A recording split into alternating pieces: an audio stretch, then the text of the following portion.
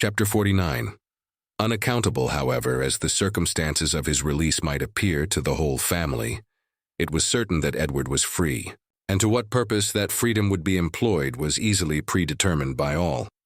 For after experiencing the blessings of one imprudent engagement, contracted without his mother's consent as he had already done for more than 4 years, nothing less could be expected of him in the failure of that than the immediate contraction of another. His errand at Barton, in fact, was a simple one. It was only to ask Eleanor to marry him, and considering that he was not altogether inexperienced in such a question, it might be strange that he should feel so uncomfortable in the present case as he really did, so much in need of encouragement and fresh air. How soon he had walked himself into the proper resolution. However, how soon an opportunity of exercising it occurred, in what manner he expressed himself, and how he was received need not be particularly told. This only need be said, that when they all sat down to table at 4 o'clock, about 3 hours after his arrival, he had secured his lady, engaged her mother's consent, and was not only in the rapturous profession of the lover, but, in the reality of reason and truth, one of the happiest of men. His situation indeed was more than commonly joyful. He had more than the ordinary triumph of accepted love to swell his heart and raise his spirits. He was released without any reproach to himself, from an entanglement which had long formed his misery, from a woman whom he had long ceased to love, and elevated at once to that security with another, which he must have thought of almost with despair, as soon as he had learned to consider it with desire. He was brought not from doubt or suspense, but from misery to happiness, and the change was openly spoken in such a genuine, flowing, grateful cheerfulness as his friends had never witnessed in him before. His heart was now open to Eleanor, all its weaknesses, all its errors confessed, and his first boyish attachment to Lucy treated with all the philosophic dignity of 24. "It was a foolish, idle inclination on my side," said he, "the consequence of ignorance of the world and want of employment. Had my mother given me some active profession when I was removed at 18 from the care of Mr. Pratt, I think, nay, I am sure, it would never have happened. For though I left Longstaple with what I thought, at the time, a most unconquerable preference for his niece, yet, had I then had any pursuit, any object to engage my time and keep me at a distance from her for a few months, I should very soon have outgrown the fancied attachment, especially by mixing more with the world, as in such a case I must have done. But instead of having anything to do, instead of having any profession chosen for me, or being allowed to choose any myself, I returned home to be completely idle. And for the first 12 months afterwards I had not even the nominal employment, which, belonging to the university, would have given me, for I was not entered at Oxford till I was 19. I had therefore nothing in the world to do but to fancy myself in love. And as my mother did not make my home in every respect comfortable, as I had no friend, no companion in my brother, and disliked new acquaintance, it was not unnatural for me to be very often at Longstaple, where I always felt myself at home, and was always sure of a welcome. And accordingly, I spent the greatest part of my time there from 18 to 19. Lucy appeared everything that was amiable and obliging. She was pretty too, at least I thought so then, and I had seen so little of other women that I could make no comparisons, and see no defects, considering everything. Therefore I hope, foolish as our engagement was, foolish as it has since in every way been proved, it was not at the time an unnatural or an inexcusable piece of folly. The change which a few hours had wrought in the minds and the happiness of the Dashwoods was such, so great, as promised them all the satisfaction of a sleepless night. Mrs. Dashwood, too happy to be comfortable, knew not how to love Edward, nor praise Eleanor enough, how to be enough thankful for his release without wounding his delicacy, nor how at once to give them leisure for unrestrained conversation together, and yet enjoy, as she wished, the sight and society of both. Marianne could speak her happiness only by tears. Comparisons would occur, regrets would arise, and her joy, though sincere as her love for her sister, was of a kind to give her neither spirits nor language. But Eleanor, how are her feelings to be described? From the moment of learning that Lucy was married to another, that Edward was free, To Themament of his justifying the hopes which had so instantly followed, she was everything by turns but tranquil. But when the second moment had passed, when she found every doubt, every solicitude removed, compared her situation with what so lately it had been, saw him honorably released from his former engagement, saw him instantly profiting by the release, to address herself and declare an affection as tender, as constant as she had ever supposed it to be, she was oppressed, she was overcome by her own felicity, and happily disposed, as is the human mind, to be easily familiarized with any change for the better. It required several hours to give sedateness to her spirits, or any degree of tranquility to her heart. Edward was now fixed at the cottage at least for a week. For whatever other claims might be made on him, it was impossible that less than a week should be given up to the enjoyment of Eleanor's company, or suffice to say half that was to be said of the past, the present, and the future. For though a very few hours spent in the hard labor of incessant talking will dispatch more subjects than can really be in common between any two rational creatures, yet with lovers it is different. Between them no subject is finished, no communication is even made, till it has been made at least 20 times over.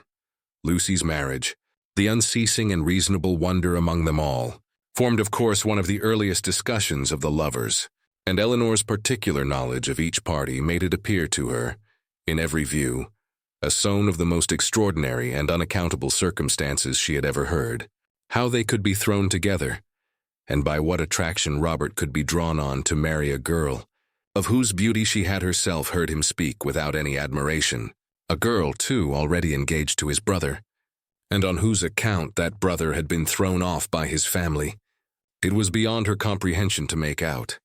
To her own heart it was a delightful affair, to her imagination it was even a ridiculous one, but to her reason, her judgment, it was completely a puzzle. Edward could only attempt an explanation by supposing that perhaps at first accidentally meeting, the vanity of the one had been so worked on by the flattery of the other as to lead by degrees to all the rest. Eleanor remembered what Robert had told her in Harley Street, of his opinion of what his own mediation in his brother's affairs might have done, if applied to in time. She repeated it to Edward. That was exactly like Robert, was his immediate observation. And that, he presently added, might perhaps be in his head when the acquaintance between them first began. And Lucy perhaps at first might think only of procuring his good offices in my favor. Other designs might afterwards arise. How long it had been carrying on between them, however, he was equally at a loss with herself to make out. For at Oxford, where he had remained by choice ever since his quitting London, he had had no means of hearing of her but from herself, and her letters to the very last were neither less frequent nor less affectionate than usual. Not the smallest suspicion, therefore, had ever occurred to prepare him for what followed, and when at last it burst on him in a letter from Lucy herself, he had been for some time, he believed, half stupefied between the wonder, the horror, and the joy of such a deliverance. He put the letter into Eleanor's hands. Dear Sir, being very sure I have long lost your affections, I have thought myself at liberty to bestow my own on another, and have no doubt of being as happy with him as I once used to think I might be with you. But I scorn to accept a hand while the heart was another's. Sincerely wish you happy in your choice, and it shall not be my fault if we are not always good friends, as our near relationship now makes proper.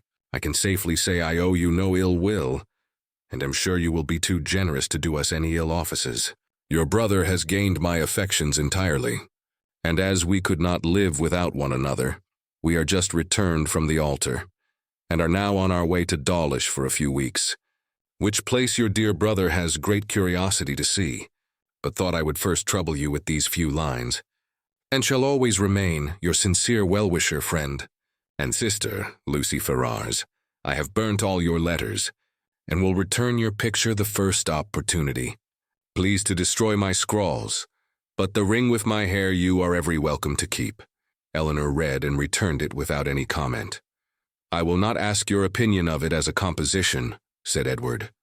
For worlds would not I have had a letter of hers seen by you in former days. In a sister it is bad enough, but in a wife, how I have blushed over the pages of her writing.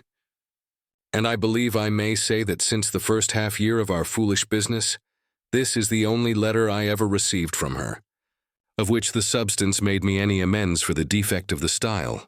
However it may have come about, said Eleanor. After a pause, they are certainly married, and your mother has brought on herself a most appropriate punishment. The independence she settled on Robert through resentment against you has put it in his power to make his own choice, and she has actually been bribing one son with 1,000 a year to do the very deed which she disinherited the other for intending to do. She will hardly be less hurt, I suppose, by Robert's marrying Lucy than she would have been by your marrying her. She will be more hurt by it, for Robert always was her favorite. She will be more hurt by it, and on the same principle will forgive him much sooner. In what state the affair stood at present between them Edward knew not, for no communication with any of his family had yet been attempted by him. He had quitted Oxford within 24 hours after Lucy's letter arrived, and with only one object before him, the nearest road to Barton, had had no leisure to form any scheme of conduct with which that road did not hold the most intimate connection. He could do nothing till he were assured of his fate with Miss Dashwood, and by his rapidity in seeking that fate, it is to be supposed, in spite of the jealousy with which he had once thought of Colonel Brandon, in spite of the modesty with which he rated his own deserts, and the politeness with which he talked of his doubts, he did not upon the whole expect a very cruel reception. It was his business, however, to say that he did, and he said it very prettily. What he might say on the subject a 12-month after must be referred to the imagination of husbands and wives. That Lucy had certainly meant to deceive, to go off with a flourish of malice against him in her message by Thomas, was perfectly clear to Eleanor. And Edward himself, now thoroughly enlightened on her character, had no scruple in believing her capable of the utmost meanness of wanton ill nature. Though his eyes had been long opened, even before his acquaintance with Eleanor began, to her ignorance and a want of liberality in some of her opinions, they'd been equally imputed by him to her want of education. Until her last letter reached him, he had always believed her to be a well-disposed, good-hearted girl, and thoroughly attached to himself. Nothing but such persuasion could have prevented his putting an end to an engagement, which, long before the discovery of it laid him open to his mother's anger, had been a continual source of disquiet and regret to him. I thought it my duty, said he, independent of my feelings, to give her the option of continuing the engagement or not, when I was renounced by my mother, and stood to all appearance without a friend in the world to assist me. In such a situation as that, where there seemed nothing to tempt the avarice or the vanity of any living creature, how could I suppose, when she so earnestly, so warmly insisted on sharing my fate whatever it might be, that anything but the most disinterested affection was her inducement? And even now, I cannot comprehend on what motive she acted, or what fancied advantage it could be to her, to be fettered to a man for whom she had not the smallest regard, and who had only £2,000 in the world. She could not foresee that Colonel Brandon would give me a living. No, but she might suppose that something would occur in your favor, that your own family might in time relent, and at any rate, she lost nothing by continuing the engagement, for she has proved that it fettered neither her inclination nor her actions. The connection was certainly a respectable one, and probably gained her consideration among her friends. And if nothing more advantageous occurred, it would be better for her to marry you than be single. Edward was, of course, immediately convinced that nothing could have been more natural than Lucy's conduct, nor more self-evident than the motive of it. Eleanor scolded him, harshly as ladies always scold the imprudence which compliments themselves, for having spent so much time with them at Norland, when he must have felt his own inconstancy.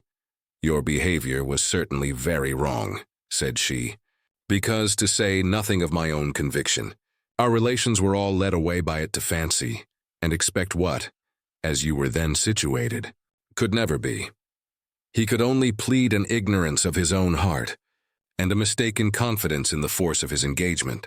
I was simple enough to think that because my faith was plighted to another, there could be no danger in my being with you, and that the consciousness of my engagement was to keep my heart as safe and sacred as my honor. I felt that I admired you, but I told myself it was only friendship. Until I began to make comparisons between yourself and Lucy, I did not know how far I was got. After that, I suppose I was wrong in remaining so much in Sussex. And the arguments with which I reconciled myself to the expediency of it were no better than these.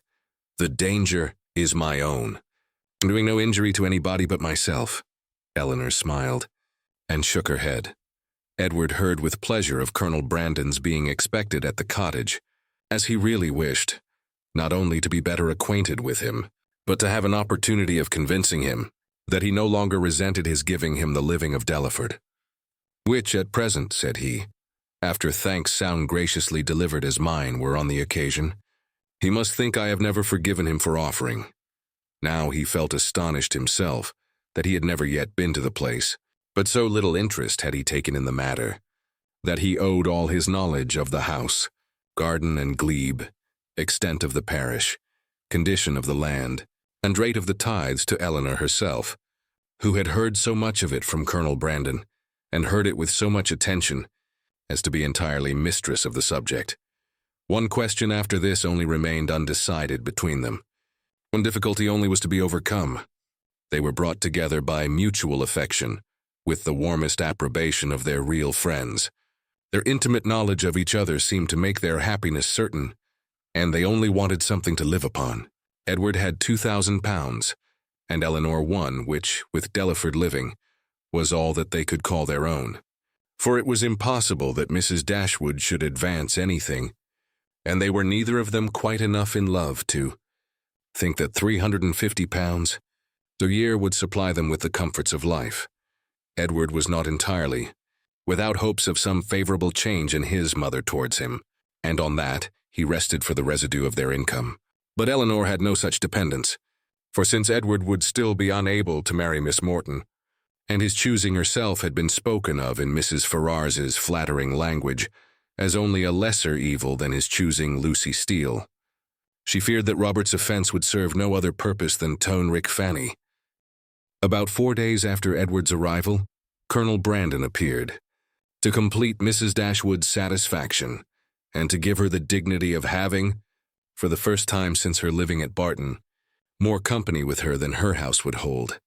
Edward was allowed to retain the privilege of first comer, and Colonel Brandon, therefore, walked every night to his old quarters at the park, from whence he usually returned in the morning, early enough to interrupt the lovers' first tete-a-tete before breakfast, a 3 weeks' residence at Delaford, where, in his evening hours at least, he had little to do but to calculate the disproportion between 36 and 17, brought him to Barton in a temper of mind which needed all the improvement in Marianne's looks, all the kindness of her welcome, and all the encouragement of her mother's language to make it cheerful.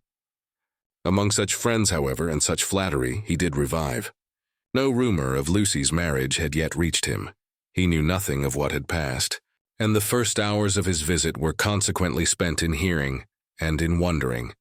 Everything was explained to him by Mrs. Dashwood, and he found fresh reason to rejoice in what he had done for Mr. Ferrars, since eventually it promoted the interest of Eleanor. It would be needless to say that the gentlemen advanced in the good opinion of each other, as they advanced in each other's acquaintance, for it could not be otherwise. Their resemblance in good principles and good sense, in disposition and manner of thinking, would probably have been sufficient to unite them in friendship, without any other attraction. But their being in love with 2 sisters and 2 sisters fond of each other made that mutual regard inevitable and immediate, which might otherwise have waited the effect of time and judgment. The letters from town, which a few days before would have made every nerve in Eleanor's body thrill with transport, now arrived to be read with less emotion than mirth. Mrs. Jennings wrote to tell the wonderful tale, to vent her honest indignation against the jilting girl, and pour forth her compassion towards poor Mr. Edward, who she was sure had quite doted upon the worthless hussy, and was now, by all accounts, almost broken-hearted, at Oxford.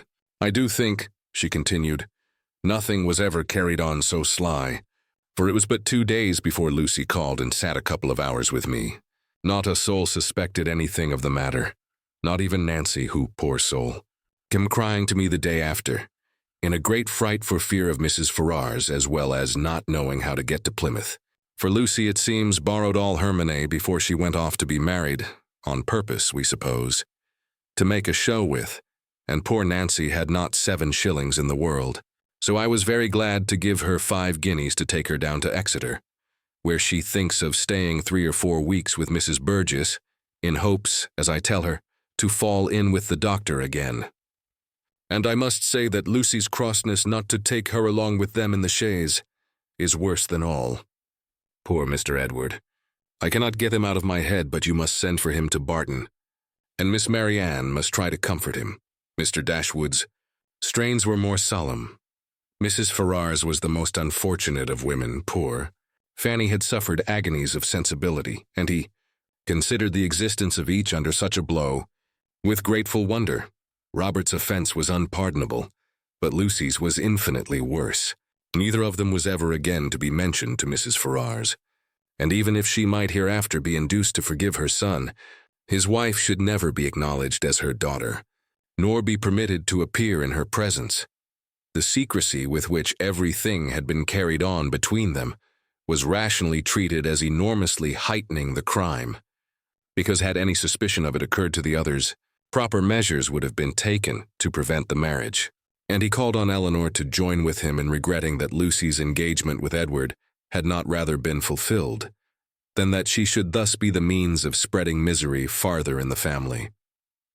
Hethus continued, Mrs. Ferrars has never yet mentioned Edward's name, which does not surprise us. But, to our great astonishment, not a line has been received from him on the occasion. Perhaps, however, he is kept silent by his fear of offending, and I shall therefore give him a hint, by a line to Oxford, that his sister and I both think a letter of proper submission from him, addressed perhaps to Fanny, and by her shown to her mother, might not be taken amiss, for we all know the tenderness of Mrs. Ferrars' heart, and that she wishes for nothing so much as to be on good terms with her children.